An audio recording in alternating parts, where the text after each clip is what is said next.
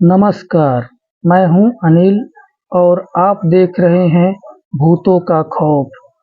दो आत्माओं का मिलन प्रेम कहलाता है और जब इस प्रेम को सामाजिक मान्यताओं के द्वारा स्वीकार किया जाता है तो यह शादी बन जाती है। शादी यानी विवाह एक अटूट रिश्ता है।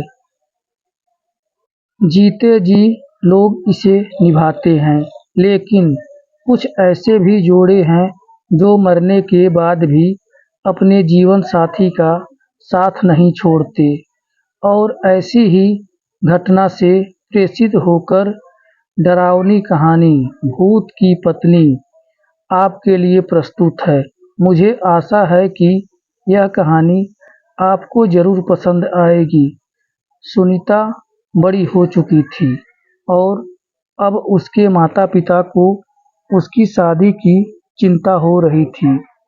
हालांकि सुनीता बहुत अच्छी लड़की थी, जिसके लिए कई अच्छे लड़कों के रिश्ते आ रहे थे, जिनको लेकर सुनीता के परिवार में विचार-विमर्श चलता रहता था। एक दिन सुनीता की मौसी एक अच्छे लड़के का रिश्ता लेकर आती है। लड़के की फोटो बहुत ही सुंदर थी, जिसे देखते ही सुनीता के माता-पिता मोहित हो जाते हैं और वह तय कर लेते हैं कि इस लड़के से सुनीता की शादी करेंगे। सुनीता को भी लड़का अच्छा लग रहा था। सुनीता की मौसी लड़के वालों को रिश्ते के लिए हाँ कर देती है और अगले ही दिन लड़के के परिवार को आमंत्रित किया जाता है, ताकि लड़का और लड़की एक दूसरे से मिलकर बात कर सके। अगले ही दिन जैसे ही लड़के वाले आते हैं, सुनीता की नज़र लड़के पर पड़ती है और वह पहली ही नज़र में उसे अपना दिल दे बैठती है। सुनीता के घर में लड़के वालों का जबरदस्त स्वागत किया जाता है। दोनों परिवारों के बीच में रिश्तों की बात तय होते ही दोनों की धूमधाम से शादी कर दी जाती है। शादी के बाद लड़का सुनीता को लेकर शहर चला जाता है। शहर में वह कंपनी के मकान में रहता था। दोनों की शादीशुदा जिंदगी खुशनुमा चलने लगती है। सुनीता अपने पति को बहुत प्यार करने लगी थी। ऐसा लग रहा था मानो सुनीता को 7 जन्म की खुशियां एक ही जन्म में मिल गई हो। एक दिन सुनीता और उसका पति फिल्म देखने थिएटर जाते हैं। दोनों पूरा दिन खूब मजा करते हैं, लेकिन जैसे ही वापस लौट रहे होते हैं, अचानक एक कार सुनीता के पति को जोरदार टक्कर मार के चली जाती है। वह तुरंत अपने पति को उठाती है और उससे पूछती है कि आपको कहीं चोट तो नहीं लगी? सुनीता का पति मुस्कुराते हुए सुनीता के साथ चलने लगता है। सुनीता अपने पति के साथ घर आ जाती है। रात हो चुकी थी और दोनों बाहर से खाना पीना करके आए थे। सारा दिन दोनों में खूब मजे किए, लेकिन सुनीता बहुत थक चुकी थी, इसलिए वह आते ही अपने घर में सो जाती है। सुबह उठते ही वह अपने पति के लिए चाय नाश्ता बनाती है और अपने पति को उठाने जाती है, लेकिन वह पहले से ही जाग रहा होता है। सुनीता अपने पति के सामने चाय नाश्ता लाकर रख देती है और अपने काम में लग जाती है। कुछ देर बाद जैसे ही सुनीता वापस आती है, तो चाय और नाश्ता वैसे ही रखे होते हैं। सुनीता के पति ने उसे हाथ तक नहीं लगाया था। वह अपने पति को बोलती है, यदि आपको चाय नहीं पीनी थी, तो आप मना कर देते, बर्बाद क्यों करवा दिया? सुनीता का पति कहता है, कोई बात नहीं, मेरे लिए खाना मत बनाना, आज मेरा मूड नहीं है। सुनीता का पति तैयार होकर अपने ऑफिस के लिए निकल जाता है। सारा दिन सुनीता अपने घर में काम करती और अपने पति का इंतजार करती रहती है। 2 दिन गुजरते ही सुनीता के घर के दरवाजे पर कोई आवाज लगाता है। सुनीता दरवाजा खोलती है। सामने उसी कंपनी का चौकीदार खड़ा होता है जिसमें सुनीता का पति काम करता है। चौकीदार सुनीता से पूछता है, मैडम 2 दिनों से सर ऑफिस नहीं आ रहे हैं। उनकी तबीयत खराब है क्या? मुझे मैनेजर साहब ने भेजा है। ये बात सुनकर सुनीता को बड़ा आश्चर्य होता है क्योंकि उनका पति तो रोज तैयार होकर ऑफिस के लिए निकल जाता है, फिर वह ऑफिस कैसे नहीं पहुंचा। चौकीदार के जाते ही सुनीता अपने पति के घर लौटने का इंतजार करने लगती है। शाम को सुनीता का पति घर आता है। वह उनसे पूछती है, आप ऑफिस के बहाने से कहाँ जाते हैं? सुनीता का पति उसे यहाँ वहाँ की बातों में घुमाकर अपने कमरे में चला जाता है।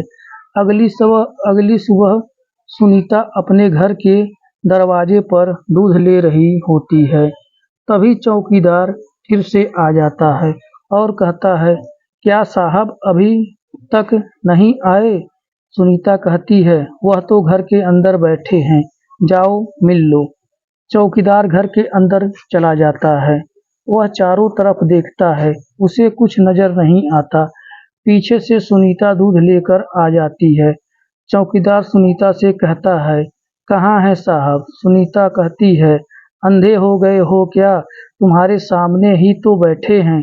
लेकिन चौकीदार को सुनीता पागल लग रही थी क्योंकि सामने कोई नहीं बैठा था। दरअसल उस रात जो कार एक्सीडेंट हुआ था उसमें सुनीता के पति का जान जा चुकी थी। चौकीदार सुनीता से दोबारा कहता है, मैडम वहाँ कोई नहीं बैठा है। लेकिन सुनीता चौकीदार को चिल्लाते हुए अपने पति को जाकर पकड़ लेती है और कहती है, यह देखो इतना बड़ा इंसान तुम्हें नजर नहीं आ रहा है? सुनीता के साथ कोई दिखाई नहीं दे रहा था। चौकीदार वापस लौट जाता है और कंपनी में जाकर सारी बात कह देता है। जब कई दिनों तक सुनीता का पति काम पर नहीं जाता तो कंपनी की तरफ से दिया हुआ कमरा खाली करने के लिए नोटिस भेजा जाता है। सुनीता नोटिस पढ़ते ही चिंतित हो जाती है और अपने पति से कहती है, आप कंपनी में काम कर रहे हैं, फिर क्यों हमें इस घर से निकाला जा रहा है? सुनीता का पति भूत बन चुका था, लेकिन सुनीता को उसे साधारण समझ रही थी। उसी शहर में एक पुराना घर था जो कई सालों से बंद पड़ा था और वहाँ कई भूतिया आत्माएं रहती थी। सुनीता का पति उसे उसी घर में चलने के लिए कहता है। सुनीता अपने पति की बातों में आ जाती है और उसके साथ जाकर वहीं रहने लगती है। सुनीता ने इंसानों से रिश्ता तो खत्म ही कर दिया और अपने पति के साथ भूतिया दुनिया में ही जीना सीख गई थी। दरअसल सुनीता अपने पति की बातों से पूरी तरह संतुष्ट हो चुकी थी। सुनीता को इस भूतिया घर में ही धीरे-धीरे डर का एहसास होने लगता है। वह अपने पति के अंदर बदलाव देख रही थी, लेकिन वह अपने पति से प्यार में इतनी दीवानी थी, उसे एहसास ही नहीं था कि वह एक भूत है और वो भूत की पत्नी बन चुकी थी।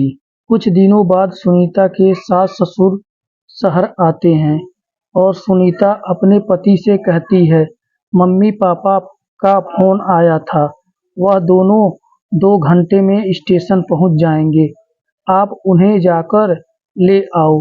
सुनीता का पति उससे बाहर जाने का बहाना कर देता है और उसी को स्टेशन जाने को कहता है। सुनीता अपने सास-ससुर को स्टेशन से लेकर आती है। सास-ससुर आते ही अपने बेटे यानी सुनीता के पति के बारे में पूछते हैं। सुनीता कहती है, वह अभी किसी काम से बाहर गए हैं, कुछ देर में आ जाएंगे। सुनीता अपने सास ससुर के आने से बहुत खुश थी। वह उनके खाने की सारी तैयारियां करने लग जाती है। लेकिन शाम हो जाने के बाद भी जब सुनीता का पति घर नहीं आता तो सभी चिंतित हो जाते हैं। सुनीता के पति का फोन घर में ही रखा रहता था, इसलिए वह उससे कोई संपर्क नहीं कर पा रहे थे। सुनीता के साथ उसके सास ससुर भी अपने बेटे से मिलने का इंतजार कर रहे थे। पूरी रात गुजर जाती है, लेकिन सुनीता का पति घर नहीं आता है। सभी परेशान होकर उसका इंतजार करते रहते हैं। सुनीता के ससुर उससे पीने के लिए पानी मांगते हैं और जैसे ही सुनीता उसके लिए पानी लेने जाती है, उसे अचानक उल्टियाँ होने लगती है। सुनीता को उल्टी करता देख उसकी सास उसके पास आकर उसका हाल चाल पता करती है। बुजुर्गों का अनुमान विज्ञान से भी ज्यादा अधिक माना जाता है, इसलिए सुनीता की सास उसे तुरंत बता देती है कि लगता है कि तुम माँ बनने वाली हो बेटी। सुनीता माँ बनने की बात सुनते ही मुस्कुराने लगती है। सुनीता यह बात अपने पति को बताने के लिए उतावली हो रही थी, लेकिन उसके इंतजार की घड़ियां बढ़ती ही जा रही थीं। देखते ही देखते 5 दिन गुजर चुके थे, लेकिन सुनीता का पति का कुछ अता पता नहीं था। तभी तीनों पुलिस थाने में शिकायत दर्ज कराने जाते हैं। पुलिस वाले सुनीता से कहते हैं, 5 दिनों से तुम्हारे पति गायब हैं, लेकिन तुम्हें अब याद आ रही है। सुनीता ने जवाब देते हुए कहा, सर वो ऐसा 1-2 बार और कर चुके हैं, इसलिए मैं इसे सामान्य घटना समझ रही थी। लेकिन जब 5 दिनों से उनका पता नहीं चला तो मुझे लगा हो सकता है कि वह कोई खतरे में हो। पुलिस एफआईआर रिपोर्ट दर्ज कर लेती है और जांच पड़ताल शुरू कर देती है। पुलिस की तहकीकात शुरू हो चुकी थी और 2 दिनों में ही पुलिस को सुनीता के पति की सच्चाई पता चल जाती है और पुलिस वालों की बात सुनते ही सुनीता और उसके सास ससुर के पैरों तले जमीन खिसक जाती है। पुलिस के अधिकारी कहते हैं कि आपके पति तो 3 महीने पहले ही कार दुर्घटना में मर चुके हैं और लावारिस समझकर उनका अंतिम संस्कार भी नगर निगम के द्वारा कराया गया था, जिसकी रिपोर्ट सरकारी अस्पताल में मौजूद है। फिर आप कैसे कह रही हैं कि वह 5 दिनों से लापता हैं? लेकिन सुनीता यह बात मानने को तैयार ही नहीं थी, क्योंकि वह अपने पति के साथ 3 महीने से दाम्पत्य जीवन गुजार रही थी और उसी के चलते वह गर्भवती भी हो चुकी थी। सुनीता पुलिस से अपने बच्चे का जिक्र करती है। जैसे ही पुलिस को यह बात पता चलती है कि उस मरे हुए इंसान का बच्चा सुनीता के गर्भ में है, तो वह सुनीता से कहते हैं, आप बच्चे का चेकअप करवा दीजिए। उनके डीएनए रिकॉर्ड से हमें पता चल जाएगा कि यह बच्चा आपके पति का है और या उसके मरने के बाद यह आपके गर्भ में आया है। तभी आपकी बात पर हम सभी को भरोसा होगा। पुलिस वालों को सुनीता के चरित्र पर शक था, इसलिए वह इस परीक्षण की मांग कर रहे थे। सुनीता को सरकारी अस्पताल लाया जाता है और वहां बच्चे का परीक्षण किया जाता है और जैसे ही डॉक्टरों के पास बच्चे की रिपोर्ट आती है तो उनके पसीने छूट जाते हैं, क्योंकि बच्चा साधारण नहीं था। वह 2 महीने का था, लेकिन उसका विकास 8 महीने के बच्चे के बराबर हो चुका था और अगले ही महीने वह जन्म लेने वाला था। डॉक्टरों के लिए अपने आप में यह ऐतिहासिक बात थी कि 4 महीने में कैसे कोई बच्चा जन्म ले सकता है। डॉक्टर सुनीता की हालत के बारे में विचार कर रही थी कि अचानक सुनीता के पेट में दर्द बढ़ने लगता है। डॉक्टर सुनीता के इतने जल्दी बिगड़ते हुए हालातों को समझ नहीं पा रहे थे। अब सुनीता को आपातकालीन कक्ष में लाया जाता है।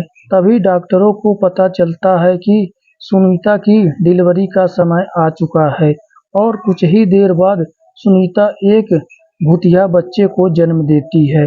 सुनीता का बच्चा देखने में बहुत ही खूबसूरत था, लेकिन उसकी शारीरिक बनावट कुछ अलग ही थी। उसके दांत जन्म के साथ ही निकले थे और उसकी आंखें लाल थीं। डॉक्टरों ने ऐसा बच्चा पहली बार देखा था। डॉक्टर उसका शारीरिक परीक्षण करते हैं। बच्चे के शरीर के अंदर सभी अंग सामान्य इंसानों की ही तरह थे। इस बच्चे के बारे में प्रमाण मिलते ही पुलिस को यकीन हो जाता है कि सुनीता यह सभी बात सही कह रही थी। यह बच्चा उसके पति का ही है। पुलिस ने अपने जीवन में यह पहला केस था जहां कोई भूत पिता बना था।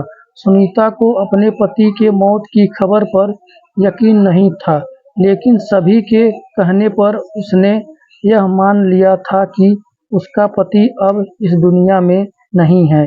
इसलिए वह अपने बच्चे और सास-ससुर के साथ अपने गांव वापस लौट जाती है और अपने भूतिया बच्चे के साथ अपने पति की याद में जीवन बिताने लगती है। और इसी के साथ इस कहानी का पहला भाग समाप्त हो जाता है। अगर ये कहानी आप लोगों को पसंद आती है तो चैनल को लाइक, सब्सक्राइब करके अपना प्यार दीजिए और अगले भाग का इंतज़ार कीजिए।